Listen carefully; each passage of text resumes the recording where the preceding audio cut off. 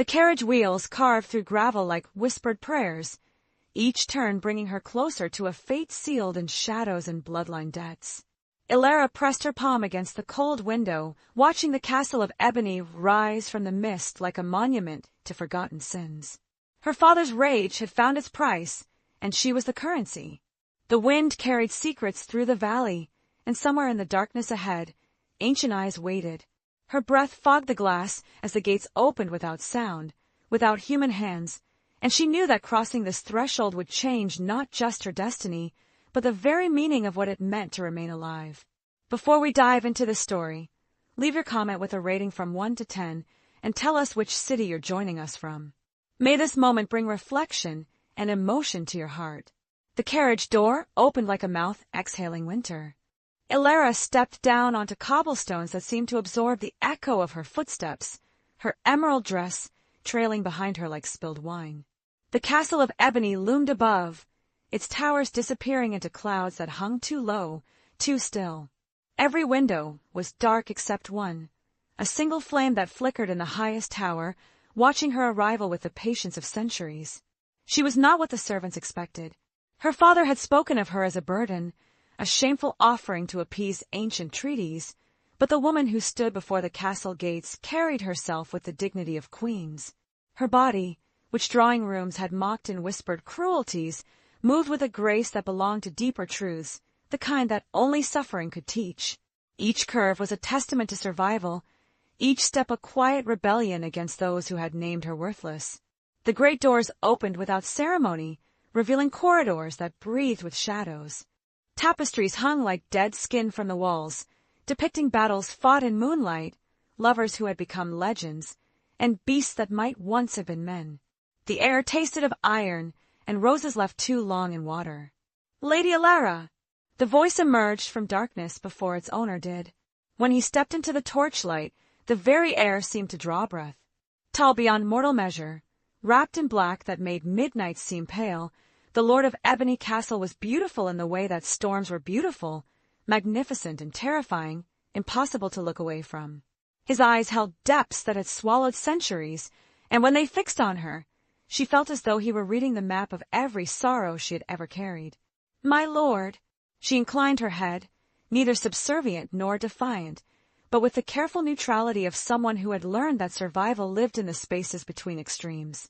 Her voice carried steady and clear through the corridor, surprising them both. He studied her with the thoroughness of a predator, but there was something else in his gaze, a flicker of recognition, as though he were seeing not what she was, but what she could become. "Your father spoke of payment for old debts. He did not mention—" He paused, his head tilting slightly, as though listening to music only he could hear. "He did not mention that his offering would arrive with such composure. Perhaps he did not know I possessed any." The words left her lips before caution could catch them, but she did not retreat from them. Instead, she watched as something that might have been amusement crossed his features. The moment stretched like spider silk between them, fragile and strong. Around them, the castle seemed to lean in, stone and shadow conspiring to witness this first exchange. Somewhere in the depths of the building, a clock chimed midnight, though no timepiece was visible. "Come," he said finally, turning away from her with fluid grace. "There are chambers prepared. Tomorrow you will understand what it means to live where the living are not meant to dwell."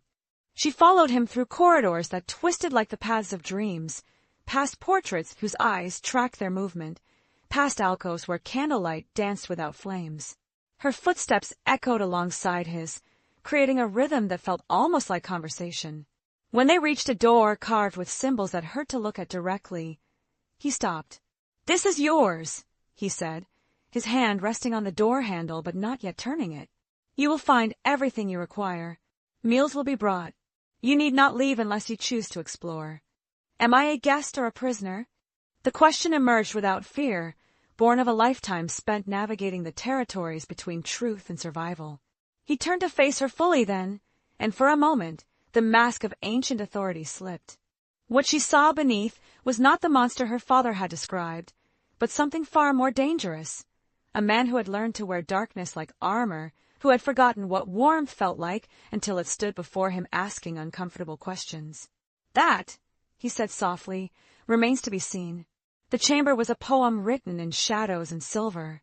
Moonlight spilled through tall windows, painting everything in shades of memory. The bed was vast enough to hold dreams and nightmares both, draped in velvet that whispered against itself when the wind moved through hidden passages. A fire burned in the hearth, though no one had lit it, and its flames cast dancing figures on the walls, lovers embracing, birds taking flight, faces that appeared and vanished like secrets. Ilara moved through the space with careful steps, her fingers trailing along surfaces that felt alive beneath her touch. The mirror above the vanity was old enough to have reflected centuries of faces, and when she looked into it, she saw not just herself but the weight of all the women who had stood in this room before her. Some had been queens, some prisoners, some both. All had learned that beauty was not about the shape of a body, but about the courage to inhabit it fully. A tray had been left on the table beside the window, wine the color of garnets, bread still warm from ovens that no living hands tended, fruits that tasted of summer gardens that should not exist in this place of eternal twilight. She ate slowly, tasting not just food, but the strange hospitality of a house that existed between worlds. Sleep, when it came, brought dreams that felt more like memories. She walked through gardens where roses bloomed black and silver, where fountains flowed with starlight instead of water. In these dreams, she was not alone. A figure walked beside her, tall and silent, his presence a comfort rather than a threat. When she tried to look at his face, she found only eyes that held the depth of night skies and a smile that suggested secrets worth keeping. She woke to find morning had somehow arrived, though the light that filtered through the windows was pale and strange, as though it had traveled through layers of dreams to reach her. A dress had been left across the chair, midnight blue silk that fit her as though it had been sewn from her own shadow. When she put it on, she felt transformed, not into someone else, but into a truer version of herself. The corridors of daylight revealed details that darkness had hidden. The castle was vast beyond comprehension, its rooms flowing into one another like verses of an endless song. She discovered a library where books breathed on their shelves, their pages turning themselves in winds that carried the whispers of stories. A conservatory where flowers bloomed in impossible colors, tended by hands she never saw but whose care was evident in every petal. A music room where a piano played melodies that seemed to know her name. In the afternoon, she found herself in the portrait gallery, standing before paintings that watched her with eyes too lifelike for comfort. The faces were beautiful and terrible, men and women who had lived and loved and suffered within these walls. At the far end of the gallery, a single portrait hung covered in black cloth. Something about it drew her forward, her feet moving without conscious thought. That one is not for looking upon. His voice came from behind her, though she had not heard him approach. The Lord of Ebony Castle moved like flowing water, like wind through wheat, silent until he chose to be heard. She turned to face him, noting how the afternoon light seemed to bend around him, how shadows gathered at his feet like loyal hounds. Why do you hide it? Because some truths are too heavy for daylight. He moved closer, and she caught the scent of winter mornings and old roses, of things that had existed long before her birth and would continue long after her death. That portrait holds the face of the woman who taught me that love and loss are twin shadows of a same flame. What happened to her? For a long moment, he was silent, and in that silence, she heard the echo of centuries. When he spoke, his voice carried the weight of old wounds that had never properly healed. She chose mortality over eternity. She chose to grow old and die rather than remain forever young in darkness. And you have never forgiven her for it. The words hung between them like suspended music. She had not meant to speak so boldly, but something about this place, about him, stripped away the careful layers of politeness she had learned to wear like armor. Here, in this castle between worlds, truth seemed to be the only currency that mattered. I have never forgiven myself, he corrected softly, for not understanding that love sometimes means letting go. The revelation hung in the air between them like incense, heavy with meaning and memory. Ilara watched as something shifted in his features, the careful mask of authority cracking just enough to reveal the man beneath. He was not the monster her father had described in whispered warnings, but something far more complex, a creature caught between what he had been and what he had become, carrying the weight of choices made in the dark hours when hope seemed a luxury he could not afford. "Why, tell me this," she asked, her voice gentle as rainfall on stone. Around them, the portraits seemed to lean closer, as though the painted faces were eager to hear his answer. "Because you look at me without fear," he said simply. "And it has been so long since someone saw the man rather than the myth." They walked together through the gallery, their footsteps creating a rhythm that felt like a slow dance. He spoke of the castle's history, of the men and women whose faces watched from gilded frames, of loves that had bloomed and withered within these walls. His voice was a river of dark honey, carrying stories that felt more like confessions. In the east wing, they discovered a room that took her breath away. Tall windows faced a garden where snow fell upward, where trees grew silver leaves that chimed like bells in the wind. A piano sat in the center of the room, its ebony surface polished to mirror brightness. "Do you play?" he asked, noticing how her fingers moved unconsciously, as though remembering melodies she had not heard in years. "I used to." She moved toward the instrument with the careful reverence of someone approaching a holy altar. "Before my father decided that music was an improper pursuit for a daughter who would never attract a husband through conventional means." The bitterness in her voice was soft but unmistakable. He heard in it the echo of every cruel word she had endured, every dismissal, every moment when she had been made to feel that her worth was measured in ways that had nothing to do with the content of her heart. "Play now," he said, and it was not a command but an invitation, offered with the gravity of a gift. She sat at the bench, her hands hovering over the keys like birds afraid to land. Then, slowly, she began to play. The melody that emerged was haunting and beautiful, full of longing and loss and something that might have been hope. It was the sound of rain on window panes, of lovers' whispered promises, of all the songs she had carried in her heart but never been allowed to sing. He stood behind her, close enough that she could feel the coolness that emanated from his skin like winter moonlight. When the last note faded into silence, he reached over her shoulder and placed his fingers on the keys beside hers. Together, they played a duet that seemed to write itself, her melody weaving through his harmonies like silver thread through black silk. "Beautiful," he murmured when the music ended, and she was not certain whether he spoke of a song or something else entirely. That evening, as shadows grew long and the castle settled into its nocturnal rhythms, she found herself in the great hall for dinner. The table was set for two, its length spanning what felt like miles of polished wood. Candles floated in the air above them, their flames dancing to music only they could hear.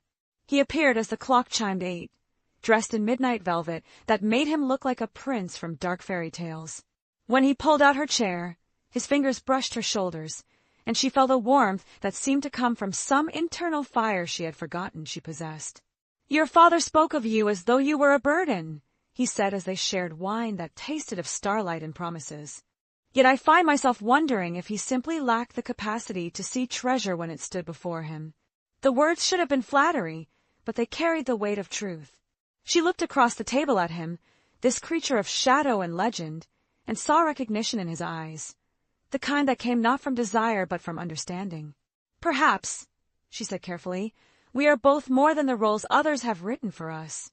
The smile that crossed his features was small but genuine, the first truly human expression she had seen him wear.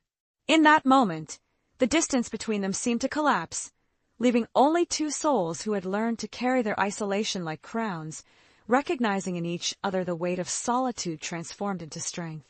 Days in the castle of ebony began to flow like water through cupped hands, precious and ephemeral, yet somehow eternal. Alara found herself moving through routines that felt both foreign and familiar, as though she were remembering a life she had lived in dreams. Each morning brought discoveries, hidden chambers where light bent in impossible ways, gardens where flowers bloomed in colors that had no names, libraries where books whispered secrets to those brave enough to listen. The servants of the castle were pale, silent creatures who moved like shadows given form. They left meals at her door, fresh gowns in her wardrobe, and flowers on her windowsill, but she never saw them in the act of service. It was as though the castle itself cared for her, anticipating her needs with an intelligence that was both comforting and unsettling. He appeared to her in fragments throughout the days, a glimpse of black cloth disappearing around a corner, the echo of his footsteps in distant corridors, his voice drifting from rooms she could never quite find. These brief encounters felt like movements in a dance they were both learning, circling closer to something neither was quite ready to name. On the fourth evening, she found him in the conservatory, standing among the impossible flowers like a dark angel in a garden of earthly delights. The air was thick with the perfume of roses that bloomed black and silver, of jasmine that glowed with its own inner light.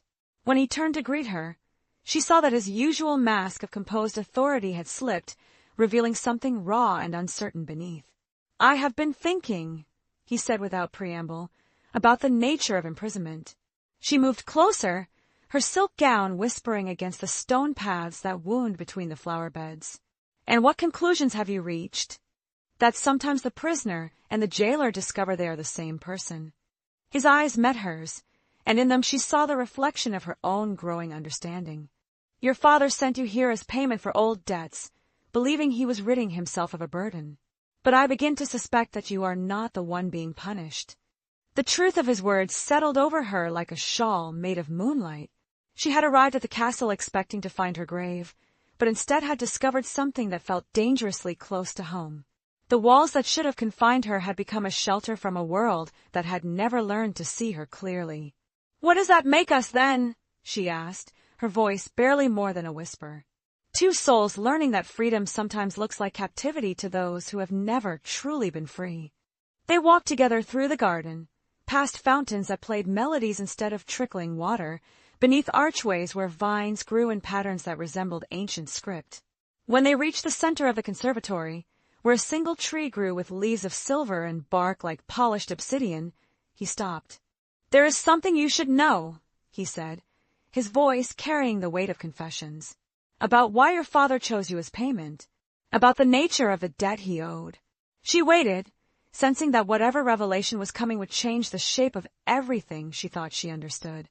"Your mother," he continued, "was not the merchant's daughter your father claimed. She was nobility, a woman of my court who chose love over duty, who fled this castle to marry a man who promised her a life in sunlight." The words hit her like physical blows, each one reshaping the landscape of her past. She sank onto a stone bench beside the silver tree, her mind reeling with implications. "My mother lived here. She was to have been my bride." The admission came quietly, but it carried the force of an earthquake. The marriage was arranged to seal alliances between the old bloodlines and the new world.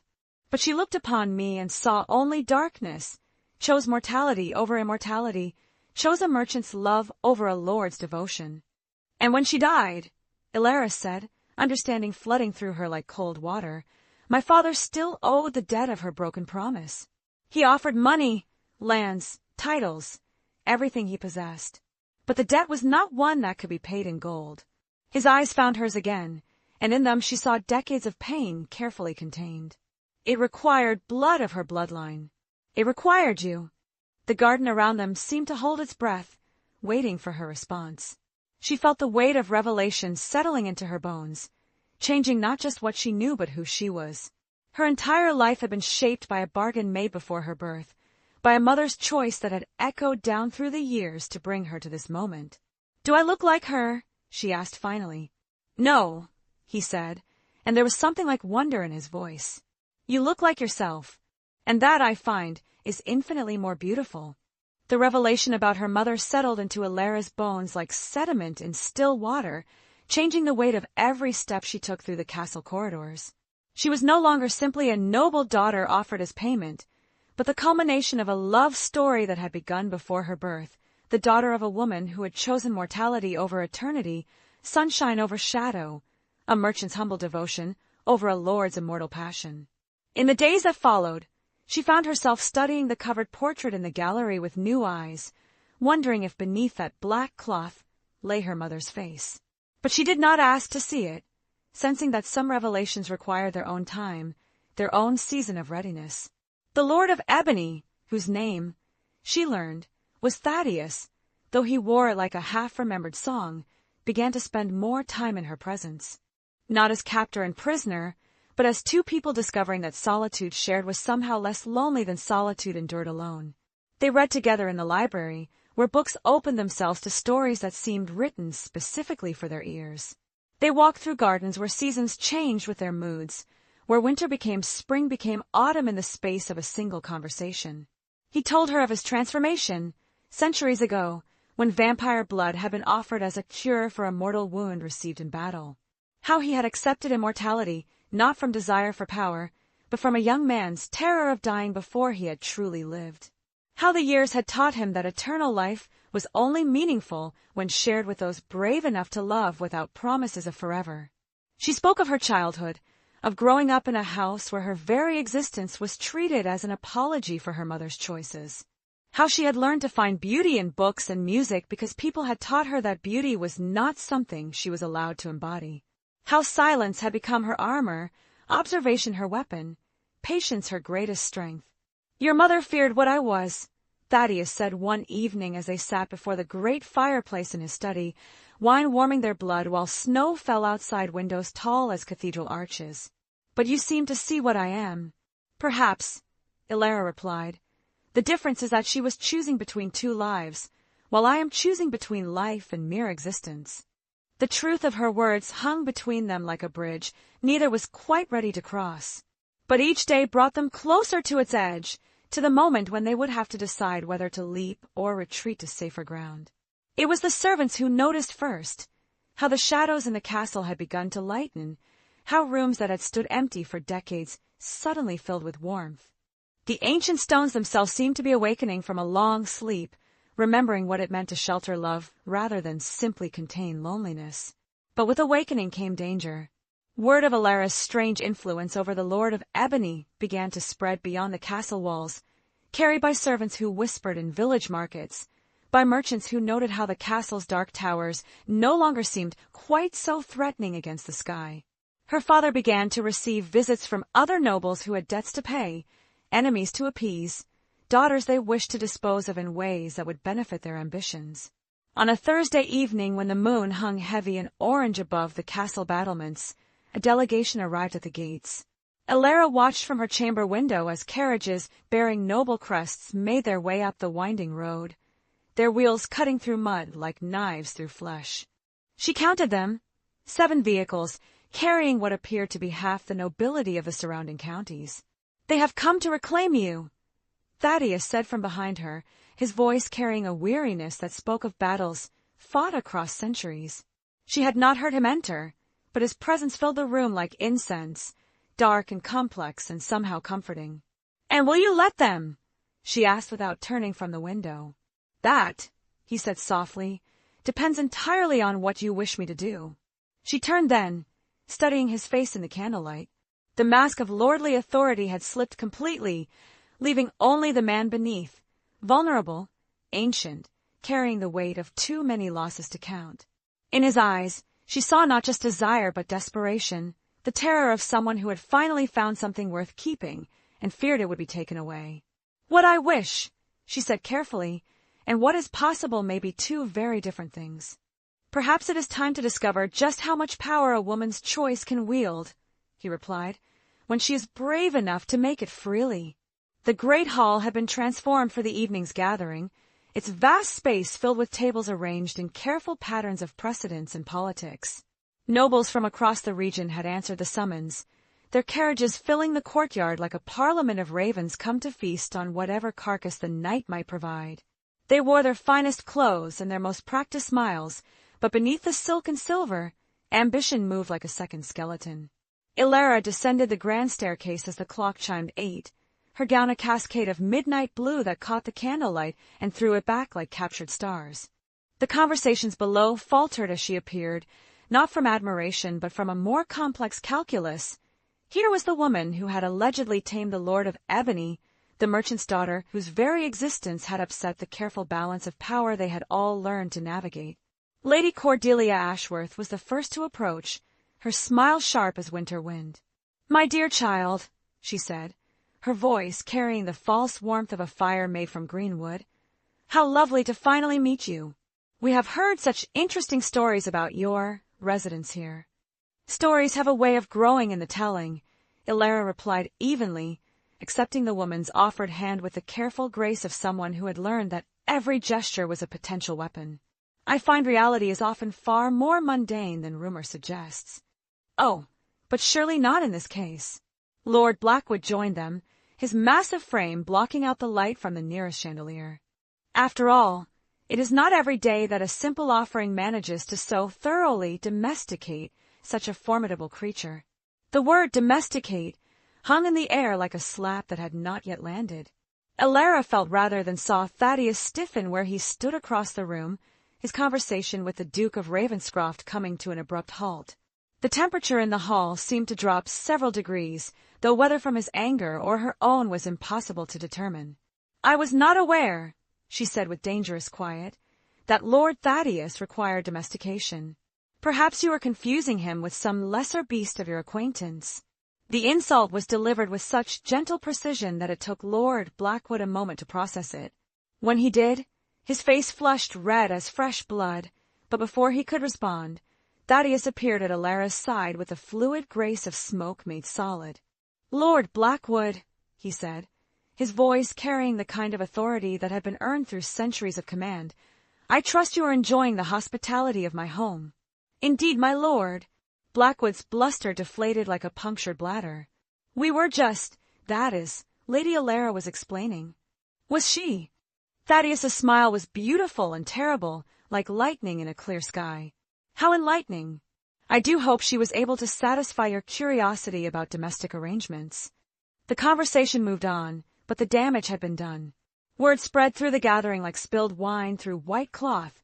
The Lord of Ebony was protective of his guest, defensive in ways that spoke of bonds deeper than simple host and hostess courtesy. The nobles began to circle like sharks scenting blood in the water, their own agendas sharpening with each whispered observation. It was Lord Pembroke who struck the final blow. Rising from his seat as the main courses were being cleared away, he tapped his wine-glass with the edge of his knife until the hall fell silent. "My friends," he said, his voice carrying across the vast space with practiced oratory, "we gather tonight not merely for the pleasure of Lord Thaddeus's company, but to discuss a matter of some delicacy." Elara felt her stomach clench with premonition. Beside her, Thaddeus went very still, his hand resting on his wine-glass with the careful control of someone fighting not to crush it. "As we all know," Pembroke continued, "the lady who graces our table tonight was sent here as payment for debts incurred by her father's unfortunate associations. But it has come to our attention that perhaps a more permanent solution might benefit all parties involved." "Speak plainly, Pembroke." Thaddeus's voice cut through the air like a blade through silk. "This is not a court of law that requires your theatrical flourishes." "Very well." Pembroke's smile was that of a man who had been waiting years for this moment. "We propose a marriage. Lady Elara to the Duke of Ravenscroft's youngest son. The union would settle her father's debts, provide the lady with appropriate social standing, and free you from the burden of her continued presence." The silence that followed was so complete that the very stones of the castle seemed to hold their breath. Elara felt the world tilt around her, as though the earth itself had shifted on its axis. Across the table, the Duke of Ravenscroft's son, a pale young man with nervous eyes and sweating palms, stared into his wine as though hoping it might transform into something stronger. "I see." Thaddeus set down his glass with infinite care, the crystal ringing like a bell against the wooden table. "And what makes you believe that Lady Elara's fate is yours to determine?" "Come now," Lady Ashworth interjected with false sweetness. "Surely you do not mean to keep the poor girl prisoner forever. She deserves a chance at a normal life, a husband, children." "What I deserve," Elara said, rising to her feet with a grace that silenced the room more effectively than any shout, "is to be consulted about my own future." The hall erupted in a symphony of whispered outrage, as though Elara had committed some unforgivable breach of etiquette by suggesting she might have agency in determining her own fate. Fans snapped open and closed like the wings of agitated birds, while men shifted in their chairs with the uncomfortable air of those witnessing something that challenged the very foundations of their world. "My dear child," Lady Ashworth said with the patronizing tone reserved for the simple-minded, "surely you understand that these matters are far too complex for—" "For what?" Elara's voice cut through the condescension like a blade through paper. "For a woman to comprehend? For someone who has spent her entire life being traded like currency to understand the value of choice?" She moved away from the table, her gown flowing behind her like liquid night. Every eye in the room tracked her movement, but she was aware only of Thaddeus, who watched her with an expression that mixed pride and terror in equal measure. "You speak of my future as though it were a commodity to be negotiated," she continued, her voice growing stronger with each word. "You offer me to this young man." She gestured toward the Duke's son, who seemed to be trying to disappear into his chair. "As though I were a broodmare to be bred for your political convenience. But I am neither commodity nor prize to be won." "Lady Alara," Lord Pembroke interrupted, his voice carrying the authority of someone unaccustomed to being defied, "you forget yourself. Your father's debts—" "My father's debts," she said with quiet fury, "are not mine to inherit. His choices do not define my worth, any more than my mother's choices define my purpose." The mention of her mother sent a ripple of recognition through the assembled nobles. Several exchanged glances that spoke of old scandals, old gossip, old wounds that had never properly healed. "Ah, yes," Lady Ashworth said with malicious sweetness, "your dear mother. How fitting that her daughter should follow in her footsteps, choosing darkness over respectability." The words hung in the air like poison, their venom designed to wound not just Alara but the man who had loved her mother before her. Thaddeus rose from his chair with fluid grace, his movement so controlled that it was more terrifying than any display of rage could have been. "Lady Ashworth," he said, his voice carrying the chill of winter mornings, "you will speak of the dead with respect, or you will not speak at all." But Alara stepped forward, placing herself between him and the assembled nobles with a courage that took the room's breath away. "No," she said firmly, "this is my battle to fight." She turned to face Lady Ashworth directly, her chin raised with the dignity of queens. "You speak of my mother as though her choice to love freely was a weakness. But I have spent my life watching what happens when people choose duty over desire, obligation over truth. I have seen the emptiness in their eyes, the way they wither from the inside out, becoming shells of what they might have been." Her gaze swept across the room, taking in each face, each expression of outrage and discomfort. "You call my mother's choice darkness, but from where I stand, it looks like the only honest light in a world built on convenient lies." "Enough!" Lord Blackwood slammed his fist on the table, making the glasses jump and ring. "This is madness. The girl has clearly been corrupted by her time in this place. She needs guidance, structure, a firm hand to what?" The question came from Thaddeus, who had moved to stand beside Alara with the silent solidarity of an army. To break her spirit? To teach her that her thoughts, her feelings, her very sense of self are irrelevant to the convenience of others. To teach her proper respect for the natural order? Pembroke replied stiffly. "There are rules, protocols, expectations that must be—" "Must be what?" Alara's laughter was sharp as broken glass. "Must be followed even when they destroy the very souls they claim to protect. Must be obeyed even when they turn love into commerce and women into inventory." She moved closer to the table, her hands resting on its polished surface, as she leaned forward to address each noble in turn. "You want to know what I choose? I choose to remain here, in this castle that you call cursed, with this man you call monster, in this life you call darkness. Because I have discovered that what you name light is often just the glare of hypocrisy, and what you call love is frequently just possession wearing prettier clothes." The silence that followed was broken only by the crackling of logs in the great fireplace. Outside, wind began to rise, rattling the windows with increasing intensity. The very air in the hall seemed to thicken, as though the castle itself were responding to the emotional storm within its walls. It was the Duke of Ravenscroft who finally spoke, his voice heavy with the authority of old blood and older money. "Lady Alara, I fear you do not fully understand the consequences of such a choice. To remain here, unmarried, unchaperoned, would be to sacrifice any hope of respectability, any chance of acceptance in civilized society." "Then perhaps," she replied with devastating calm, "civilized society is not as civilized as it claims to be." The Duke's words hung in the air like a gauntlet thrown down in challenge, but before anyone could respond, the great doors of the hall burst open with such force that they struck the stone walls like thunder. Wind howled through the opening, extinguishing half the candles and sending papers flying like startled birds. The temperature plummeted so suddenly that breath became visible and several of the ladies pulled their shawls closer with expressions of genuine alarm. But it was not merely weather that had invaded the hall. Something else rode the wind, a presence ancient and vast, older than the stones of the castle, older than the bloodlines that sat around the table claiming authority over the fate of mortals. The nobles felt it like pressure in their bones, like whispers in languages they had never learned but somehow understood. Thaddeus stepped forward, his eyes reflecting the firelight like mirrors made of storm clouds. When he spoke, his voice carried harmonics that made the wine glasses sing in response. You speak of consequences as though you understand the forces at work in this place. You negotiate for the future of a woman as though she were property to be distributed according to your convenience. But you have forgotten something crucial in your calculations. He moved around the table with predatory grace, his presence causing each noble to shrink back without quite knowing why.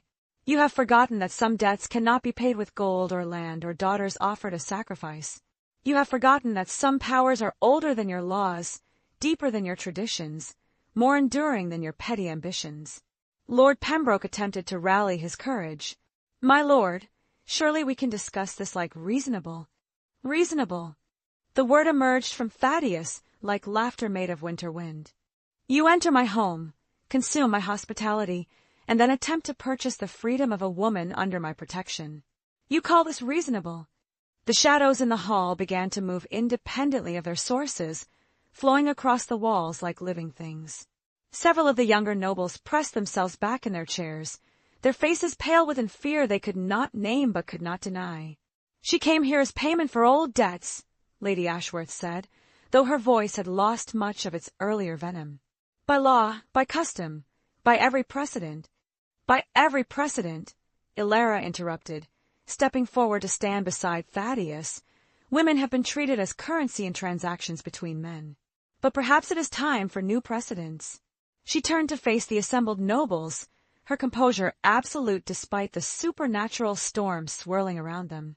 You offer me marriage to a boy who trembles at the thought of touching my hand. You promise me respectability in a society that measures worth by the ability to bear sons and keep silent. You call this salvation, but from where I stand, it looks remarkably like a different kind of prison. What would you have, then? The question came from the Duke himself, his voice heavy with the resignation of a man watching his carefully laid plans crumble. What future could you possibly find in this place? Ilara looked at Thaddeus, seeing in his eyes the reflection of her own courage, her own determination to choose truth over convenience. I would have the right to love freely, without apology or explanation. I would have the freedom to discover what I might become when I am not constantly being told what I should be. I would have a life lived according to my own values rather than your expectations. And if that life leads to damnation, Lord Blackwood asked, though his bluster had been replaced by something that might almost have been genuine concern. Then it will be a damnation I chose, she replied without hesitation, rather than a salvation imposed upon me by those who mistake control for kindness. The wind outside reached a crescendo, and suddenly the great fireplace erupted with flames that burned blue and silver instead of orange and gold. The supernatural fire cast everything in stark relief, revealing truths that daylight and convention usually kept hidden. In that otherworldly illumination, the nobles saw Ilara not as the burden they had assumed her to be, but as a woman who had found her strength in the very place where others sought to break her. And they saw Thaddeus not as the monster of their legends, but as a man who had learned that true power lay not in dominion over others, but in the courage to protect what was precious, even at great cost to oneself. The debt is paid, Thaddeus announced, his voice carrying the weight of absolute finality. Not through the surrender of freedom, but through the choice to remain. Lady Ilara came here as an offering, but she stays as my equal, my companion, He paused, looking at her with an expression that held centuries of longing, finally allowed to breathe. My beloved! The word settled over the hall like snow covering the landscape, changing the shape of everything it touched. The nobles exchanged glances that spoke of calculations being rapidly revised, of alliances reconsidered, of the uncomfortable realization that they had seriously underestimated both the woman they had sought to trade and the man they had hoped to appease. It was Lord Pembroke who finally broke the silence. And if we refuse to accept this arrangement, Thaddeus smiled, and in that smile was all the terrible beauty of storms at sea, of avalanches, of forces too vast for human comprehension. Then you will discover that some debts carry interest rates that compound in ways you cannot imagine. The threat was clear without being explicit, carrying the weight of power that had existed long before their bloodlines were established and would endure long after their names were forgotten. One by one, the nobles began to murmur their acceptance, their departure, their sudden remembrance of pressing business elsewhere. As the last carriage rolled away into the night, Ilara and Thaddeus stood together in the great hall, surrounded by the guttering remnants of supernatural flame and the silence that follows storms. The castle settled into quietude as the last echo of carriage wheels faded into the night. Servants moved through the hall like whispered prayers, clearing away the remnants of the evening's confrontation with the silent efficiency of those who understood that some battles left scars on more than just the participants. Ilara remained in the great hall long after the nobles had departed, her gown pooling around her like spilled midnight as she stood before the dying fire. Thaddeus found her there as the clock in the tower chimed midnight, though he suspected she had been aware of his presence long before he chose to make it known. The supernatural flames had burned down to ordinary fire, but the air still held traces of the power that had been unleashed. Ozone and roses, winter wind and old promises kept. "Do you regret it?" he asked, joining her before the fireplace, where shadows danced like memories of the evening's revelations. She considered the question with the thoroughness it deserved, watching sparks rise up the chimney like prayers offered to the darkness above. "I regret that it was necessary," she said finally. "I regret that we live in a world where a woman's choice to love freely is seen as rebellion rather than reason. But the choice itself? No, that I will never regret." He moved closer, close enough that she could feel the coolness that always surrounded him, the winter moon temperature of his skin that spoke of centuries spent walking between life and death. "They will not forgive this easily. There will be consequences, whispers, exclusion from a society that might have accepted you if you had chosen differently. A society that would only accept me by erasing everything I am." She turned to face him fully, her eyes reflecting the firelight like stars caught in amber. "That is not acceptance, Thaddeus. That is capitulation." His name on her lips was like music in a language she had forgotten he knew. They had been dancing around truths too large for ordinary words, but now, in the aftermath of battle, there seemed no point in maintaining careful distances. "I have lived for centuries," he said, his voice carrying the weight of time measured not in years, but in the accumulation of moments that mattered. "I have watched empires rise and fall, seen loves bloom, and wither like flowers in accelerated seasons. But I have never encountered anyone who faced the choice between safety and truth with such unwavering courage. Perhaps courage is simply what we call it when we realize that the safe choice and the right choice are not the same thing." She reached out, her fingers touching his face with the delicacy of someone handling something infinitely precious. "You offered me freedom in a place where everyone else saw only prison. You saw worth where others saw only burden. How could I choose anything but truth in response to such a gift?" The touch of her fingers was warmth itself, melting barriers he had built over decades of careful solitude. And what truth is that? That love is not ownership. That partnership is not dominance. That sometimes the greatest act of rebellion is simply choosing to be happy. Her smile was radiant as sunrise after the longest night. That a woman can find her strength in the most unlikely places, with the most unlikely companions. He caught her hand in his, pressing it against his cheek with reverence usually reserved for sacred relics. "The most unlikely companions," he repeated softly. "A vampire lord and a merchant's daughter, a creature of darkness, and a woman who carries light in her very presence." "Perhaps," she said, stepping closer until there was no distance left between them, "we are not so unlikely after all. Perhaps we are simply two souls who learn that belonging is not about fitting into spaces others create for us, but about creating spaces where we can be authentically ourselves." The kiss that followed was inevitable as sunrise, gentle as rainfall, deep as the roots of a silver tree in the conservatory. It tasted of promises and possibilities, of futures written in languages neither had learned but both somehow understood. When they parted, the world had shifted on its axis, rearranging itself around this new reality they had created together.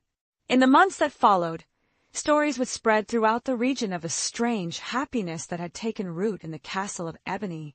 Travelers would report that the perpetual mist had lifted from the valley, that flowers bloomed out of season in the gardens, that music could be heard drifting from the towers on clear nights. The castle became a refuge for those who had learned that love took many forms, that families could be built from choice rather than blood, that sometimes the most beautiful stories began where others assumed they should end. And if sometimes on quiet evenings the lord and lady of the castle could be seen walking through gardens where impossible flowers bloomed beneath stars that seemed closer than they should be, where the very air shimmered with possibilities, where time moved differently than it did in the ordinary world, well, perhaps that was simply what happened when two people chose to love without apology, to create rather than conform, to believe that happiness was not a privilege to be earned but a right to be claimed. The debt had been paid, not in coin or suffering, but in the courage to choose truth over convenience, love over safety, authentic joy over acceptable misery. And in that payment, both debtor and creditor had discovered that some transactions transform everyone they touch, creating wealth that cannot be measured in any currency but the expansion of the human heart. If this story found a mirror in your soul, leave your comment and share. Sometimes, what hurts in us is what makes us most human.